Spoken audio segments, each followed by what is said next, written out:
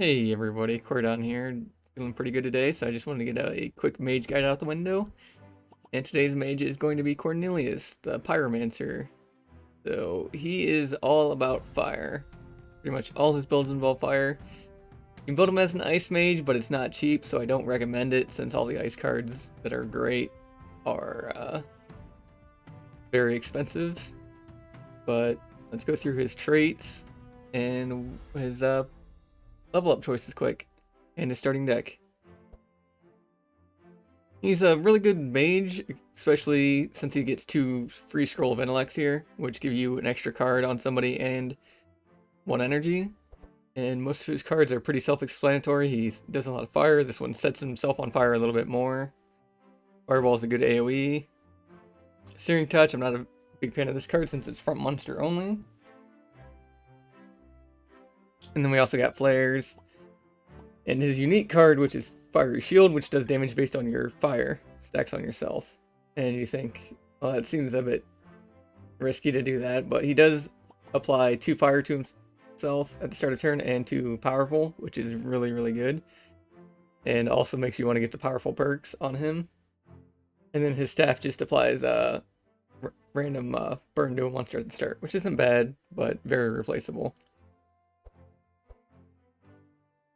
Anyways, I just said the trait was 2 powerful and 2 burn at the start of every turn, which is really good. His level 2 traits are between Hellflame and Fireproof. Fireproof gives you a lot of fire resistance for until you get hit 8 times. And applies 4 burn to enemies, which is alright. This helps him keep himself alive on fire builds, where he's loading up tons of burn stacks on himself, but this becomes pretty useless, like near the end game where monsters are hitting all enemies for repeats and everything. So I usually almost always pick Hellflame, because this gives you +3 burn charges on your next 3 spells. Or if they're not spells, you'll still get the burn charges on hits. And then deal 10 damage to the highest HP monster and 4 burn to the highest HP monster for those next 3 spells. Then level 3 you get a choice between Incendiary. It's a different way to say this, I'm just not saying it right. Where anytime you deal damage with a hit, apply 3 burn, and since it's dealing damage, you need to get through all block and all evasion for this to actually get its effect. And Firestarter, which I find is really, really amazing, because anytime you play a fire spell that costs energy, you refund 1 energy and apply 1 burn to a random enemy. And that burn is also buffed by charges, so you have +2 burn charges, that's going to be 3 burn to a random enemy 3 times a turn. And then at level 4 we get a choice between World and Flames, which the next 3 fire spells you gain Powerful and put an Ember Storm in their hands. And the difference between these is different levels of Ember Storm.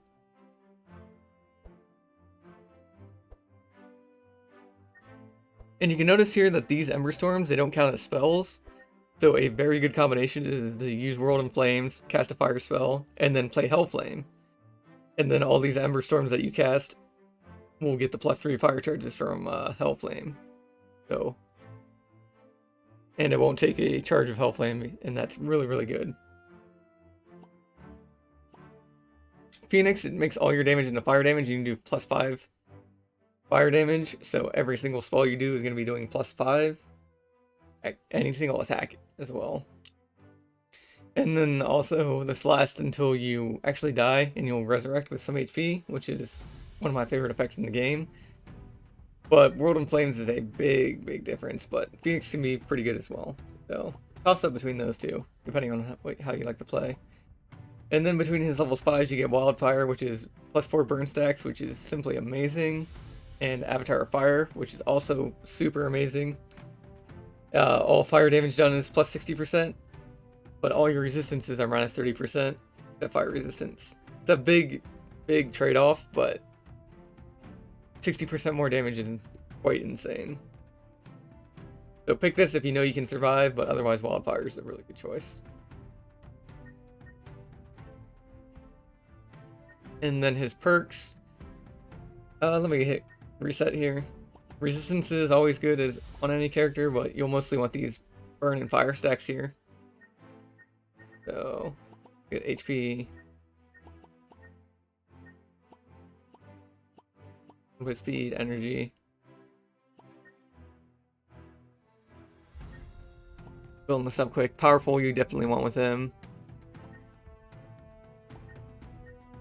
This perk where he gets one insulate on the first turn and cannot be purged is actually pretty good, because if he's self-burning, he's going to be taking 30% less from the self-burn. But yeah, I'd mostly just... He's got a pretty simple build. You can experiment quite a bit with the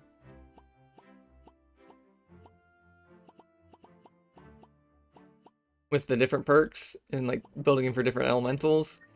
But mostly I just go down this fire tree and he would be completely fine. This is a pretty good perk where burn on this hero increases speed by 1 for 8 charges and you reduce fire resistance by 3% per charge. So this only applies to yourself, but it makes Cornelius a lot faster while he's doing the self-burn stuff. I usually just get the +1 burn charges. And this perk over here is a pretty big trap until it gets buffed or changed, where burn deals cold damage. Because this affects the cold or burn that's also on yourself, so you'll be taking a ton of damage, since Cornelius has a lot more fire resistance than cold. And it also ends up usually doing less damage to enemies because you're lowering the resistances with burn, but you're not lowering the cold resistances when you're stacking a bunch of burn on enemies. It was meant mostly for an item called the Frostfire Ring, where every frost charge you do, or chill charge, applies a fire charge, or burn charge. So what would happen is you'd have 100 burn charges and 100 chill charges, and chill reduces cold resistance 1% per charge, and fire does it 0.5%. So by having the 100 chill charges, you'd have negative 100 cold resist versus negative 50 fire resist. So you'd want it hitting cold damage instead of burn damage. So don't pick this perk, it's bad.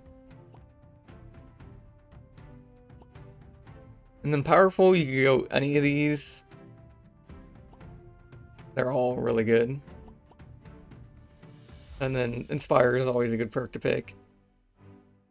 You can always choose Slate +1, any of these, also very good. This one a bit less so, because you're not really going to be stacking your insulate up to 10. And just picking this would make all your insulate equal 7. Nothing really on the mystical tree to get. You could go down the heal line if you plan on playing like cauterizes and other heals. But yeah, this is just pretty much how I would build Cornelius. Maybe put a little bit of that. I'm going to save it as Cornelius and then probably put this in the description for you. There's not really much to change here.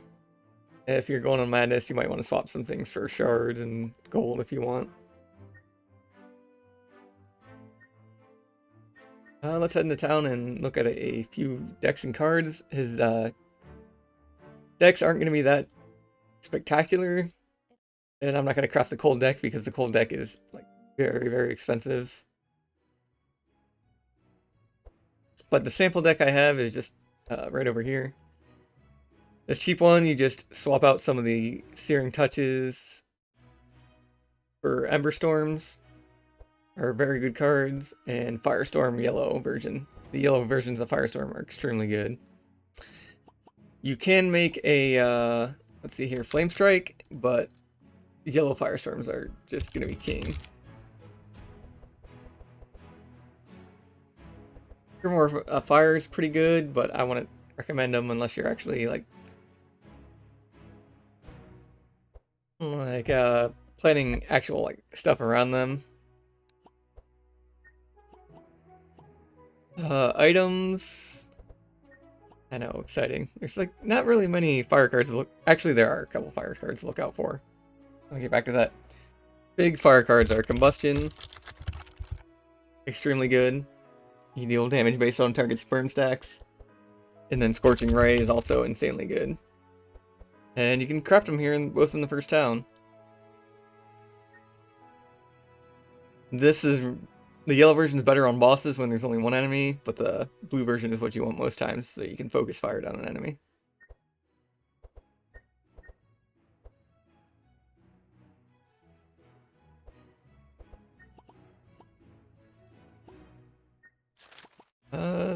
Even the high-end fire spells I wouldn't even recommend that much. Heat Wave is also a notable thing because you can use this in the blue zone to dispel all your chill, which might be very handy for you. Ignite's pretty fun. You can, one common thing to do is apply this to yourself and then use a card like Searing Nova. Let me go back then, because there is a self-burn deck you can make where you make Searing Novas, swap in some Ignites, make more Inner Combustions, and then also use Cauterize.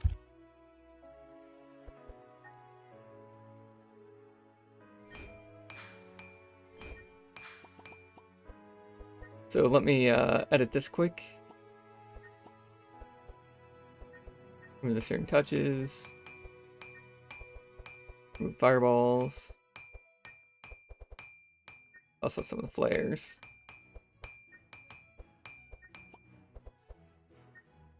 Alright, and we'll save this as a self-burn. And then we'll just go between these two to just go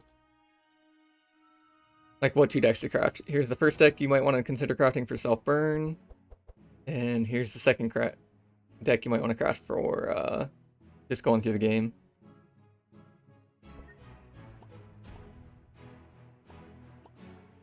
And now let's look at items we can get for Cornelius. Archmage Book, always good. Anything that gives you draw. Burning Orb, very good.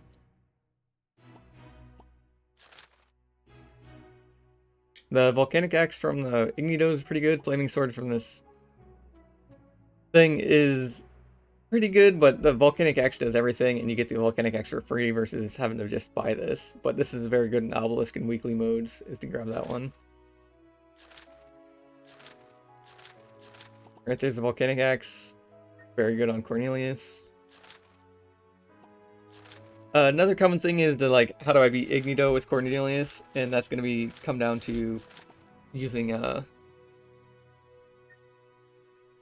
getting a bunch of flame stacks before he dispels them, and then using combustion to finish him off before he actually gets to do anything about it.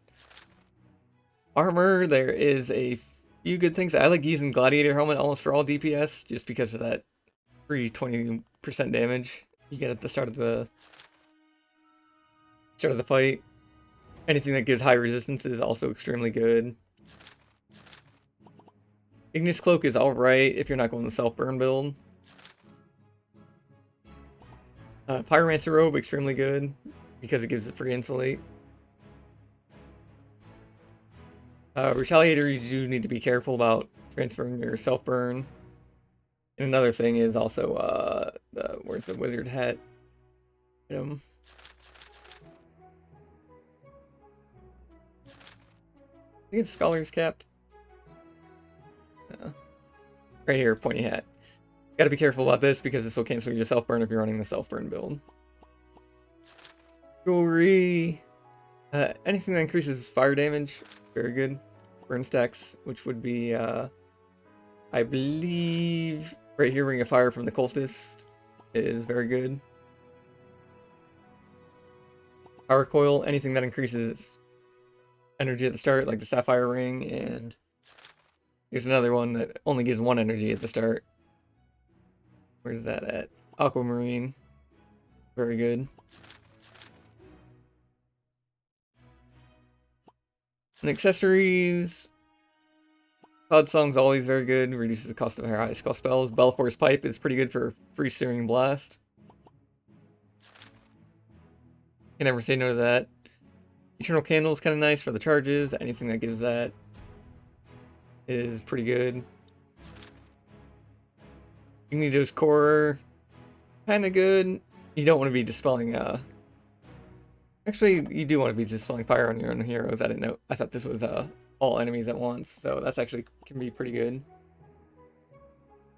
Your Cassandra is insanely good if you get this with your self buffs of Hellfire / World on Flames, your level up abilities. Old Horseshoe, Cornelius does have an oddly big number of events throughout the world, so Old Horseshoe might be a fun choice. And pets, Asmodee and Flammy both work extremely well with him. And then other things to do would be what heroes work well with him. Right now, I'd say Otis works extremely well with him. It's Cornelius and Otis, I think, are like best friends. He works well with other mages because one of the things you can do with Cornelius and another mage is if the other mage is faster than Cornelius, you can have the other mage pick up these ignites, and then ignite Cornelius on fire, and then Cornelius will be doing crazy things with Searing Nova and Intercombustion. Evelyn also works really well with Cornelius because she can use enchant weapons to change his fire damage to ice if needed for a very resistant fire enemy. Like fire elementals are super annoying to deal with Cornelius. So Evelyn's also a good partner for him. Otis, I'd say, is Otis Cornelius, they just work so well together. They have tied speed. So if you have Cornelius going in front of Otis, let's go out of here and do a combat.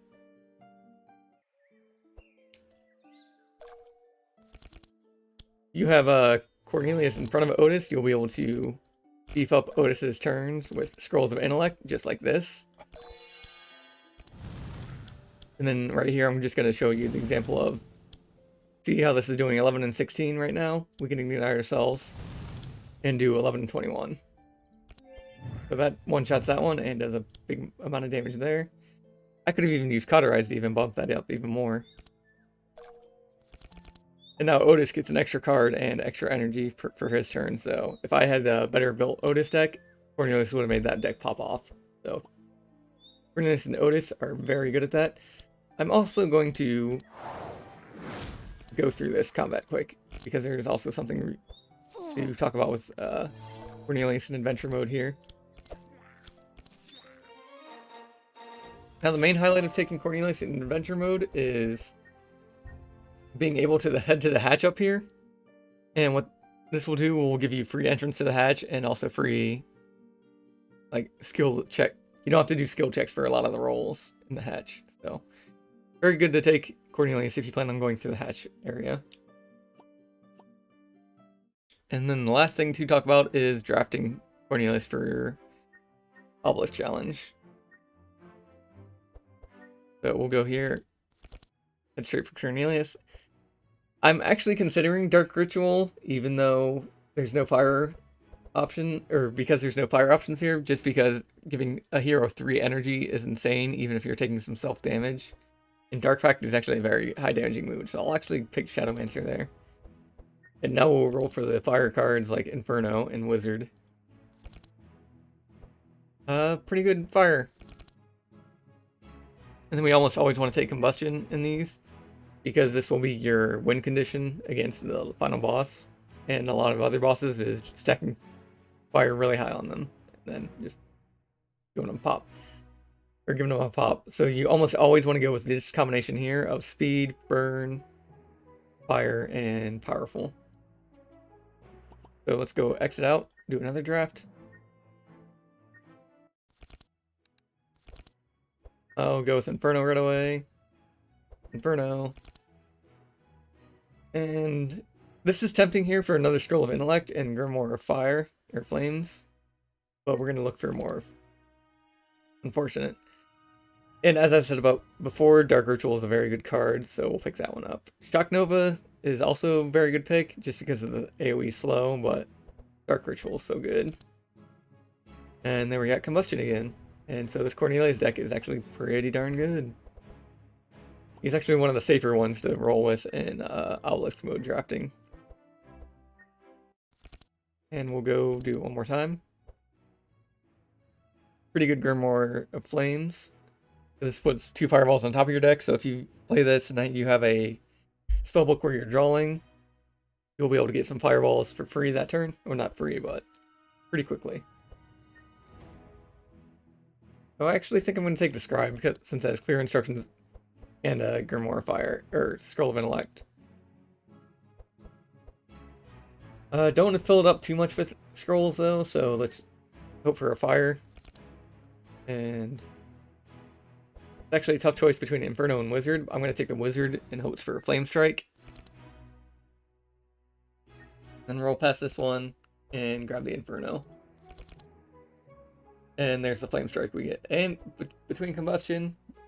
So this one you'd have to like work with your team based on, hey, do we have enough AoE? Or hey, do we need a boss killing or win condition? Librarian's also insanely good because it discovers a book and puts the book discounted in your hand.